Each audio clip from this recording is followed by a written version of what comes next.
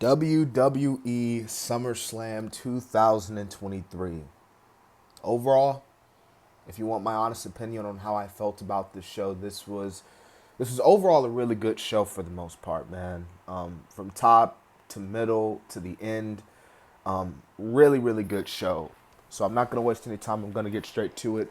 We kicked the first match off with Logan Paul versus Ricochet. Honestly, this match being the opener kind of made sense considering that Logan Paul's actually on his way and on his way to the Jake Paul fight because Jake Paul's fighting Nate Diaz and Logan Paul's going to be walking out Jake Paul. So I might talk about that fight if something big happens. I might do a video on that. I don't know, but that's why they opened this up. But anyways, this was a really good match, man. Logan and Ricochet had one of the best matches of the night. I mean, you can again. I'm not a big fan of Logan Paul person. I think Logan Paul, like the person, YouTuber, scammer. I mean, Logan Paul ain't it. But when it comes to the in ring ability, I can't take none away. Logan Paul's got my respect, and um, I can kind of see why they gave him the win. You know, you don't want to just have Logan Paul keep coming to WWE and just lose, lose, lose, lose. I know he's lost like his last previous matches he was in, so it kind of made little sense that he beat Ricochet. Ricochet still went over, in my opinion, despite losing. But yeah, overall, really good opener, and the crowd was into it as well. Cody Rhodes versus Brock Lesnar 3. First things first, why in Christ's name was Cody Rhodes not disqualified? Like, Cody Rhodes literally took a steel steps, hit Brock Lesnar with, and the ref is looking at him, and the ref was just like, you know what, go ahead. And maybe because the ref obviously, just like all of us, the ref's been seeing what Brock's been doing to Cody, so he was like, you know what, Cody, I'm gonna let it slide on this one because I know how much you want to get your hands on Brock, so go ahead and do it. But this was a really good match, man. Cody looked good. Brock looked good. Cody did get the win here. He hit Brock with 3 crossroads. And after the match, Brock showed his respect to Cody. And I know a lot of people are going to be like, but we still didn't get an explanation as to why Brock attacked Cody after Mania. Me personally, my theory is that all of this was just Brock testing Cody to see if Cody is truly worthy of being a top guy in the business and ultimately a guy who can make his way to the top and go after the title and win the title. But really good match here, I thought, between these both guys, and yeah, good for Brock on doing what he did. So yeah, the Slim Jim Battle Royale. This match was all right. I felt like we did see the return of Omos. I thought that was really cool. But he didn't win. The winner of this match was to be expected. L.A. Knight. L.A. Knight got one of the biggest pops of the night. Not a surprise, obviously, but he had to win this match, man. Like there was no one else that was really worthy enough to win this match. Maybe Grayson Waller, but like LA Knight was the favorite to win, and LA Knight honestly was the only one who was fit to win this match. So I'm glad he won, and I'm glad he got the pop, and really going to be cool to see what he does next. So this was Shayna Baszler and Ronda Rousey. This was the MMA rules match. I think everybody and their mother can agree this was the weakest match on the show. People were chanting boring. There was literally footage online of people literally going to go to the bathroom. And honestly, rightfully so. This match, I couldn't connect to it. I couldn't feel to it. Just something about MMA, like a fake MMA matches in wrestling. Like we even saw how they did it with Raw Underground, and they recently brought that back. But I just really did. I just didn't connect with this match. Shayna Baszler, I am glad she got the win. Ronda Rousey, and at this point, I think it's pretty much confirmed. This is Ronda Rousey's last match in the WWE. And honestly, with the way things are looking, this is probably gonna legit be her last match in WWE. And I'm gonna go ahead and say it. Her first one was really good. Like from the Royal Rumble 2018 when she debuted to Mania 35, I thought her run was incredible. But this second run, man, from when she came back at the Rumble to now, it was it sucked. It was not good. And Ronda just did not have that same. It wasn't the same feeling that we had when Ronda first came. But nonetheless, this match wasn't it. But good on Ronda Rousey, kind of what Brock did earlier by putting Shayna over. Obviously, Shayna and Ronda being good friends, deep, close friends even in real life, trained together. So, all right, Gunther versus Drew McIntyre for the Intercontinental Championship. Yeah, this match was really good, as to be expected. Would I say this was match of the night? Somewhat. Not hating on this match, but I wouldn't say this was the overall best match of the night. But this was really good, as to be expected. I said in my predictions video, it didn't really matter who won this match. So Gunther won, Drew lost. I didn't have a problem with it. Gunther is obviously on the chase to pass Hockey Talk Man and become the longest reigning Intercontinental Champion in history, which I don't have a problem with. If there's anybody who deserves to be that and to pass that record, it is definitely Gunther. So, and with WWE now, almost everybody's passing records.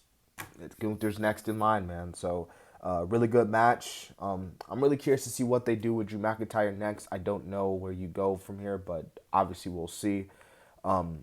Yeah, really good match. So, all right, man. So Finn Balor versus Seth freaking Rollins.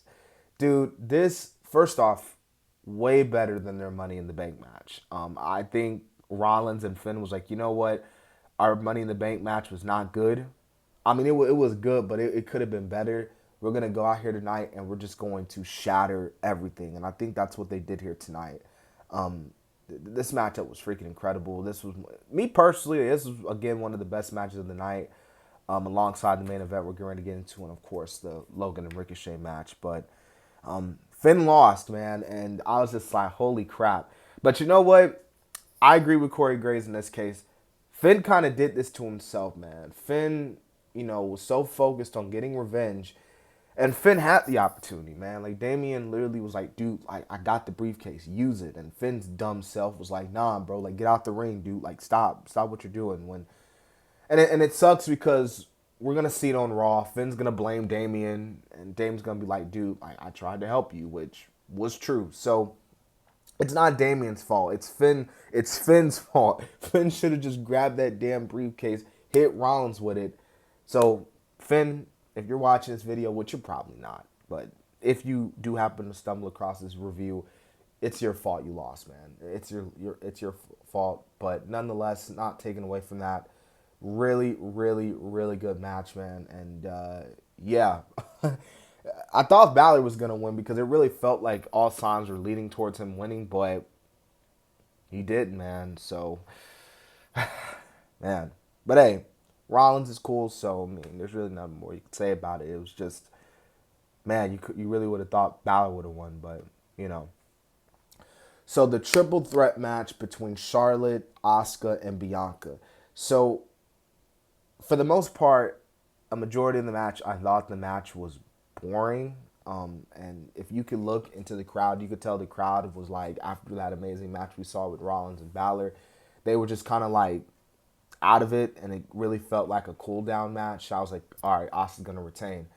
But when Bianca, when she started her little momentum, that's where the match started to pick up. The crowd started to pick up, and Bianca at one point, it really felt like, which by the way, she did a amazing job at selling that knee injury, because like when they did that spot and she went to the outside, I was like, holy cow, man, this girl is injured. I hope she gets better.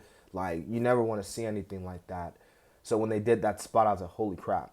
But she came back to the match. She won the match, which was like, what? I really liked that spot. They had Charlotte put Bianca in the figure eight, and Asuka missed Charlotte. But Bianca rolled up Asuka somewhat, and Bianca won. And I was like, whoa. But you want to know what it was? Else, whoa. Io Sky cashing in. Her and Bayley came out, beating up everybody, wins the match. Io Sky is the new women's champion, man. This was a great moment, man. Michael Cole, he said something like from starting up to stardom to the top of the mountain. Like, I thought that was a really good call by Michael Cole. But I find this all full circle. And Dakota Kai was there tonight. It was good to see Dakota Kai, and it looks like she's getting better, obviously, with her injury because she had an injury. Um, it's just so ironic how almost a year ago, last year at SummerSlam, Io came back. Well, Dakota came back. Io made her main roster debut. Damage Control was born, and now a year later, Damage Control stands before you as Io is the women's world champion. I just think, and they did bring that up on commentary, and I just thought that was a nice little touch. And I'm gonna go ahead and say here, I did read online before the show that Kairi Sane apparently, reportedly has came back to the WWE. She and Mercedes Moné had a match for the IWGP Women's title early this year, but it seems like Kairi, because she was a free agent, so now she's back in WWE. It seems like, and I don't want to tease up or start anything, but hey, a Kairi Sane versus Io Sky match for that title, that could be something. I'm just putting that out there. I think if those two would get in the ring, man, that would be. I'd kill to see that match. I'm just saying. I'm just saying. But really good ending. Like I said, the match was mostly boring, but it got solid towards the end. But really cool moment for Io winning, man. All right, so I know I'm a little bit long here in this review, so I kind of apologize for that, but I got to talk about the main event, obviously. Roman Reigns, Jey Uso, Tribal Combat.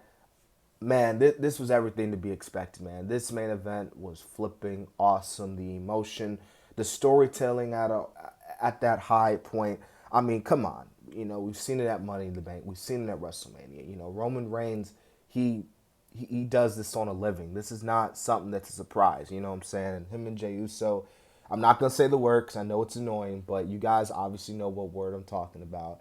But I thought Roman and Jey delivered tonight.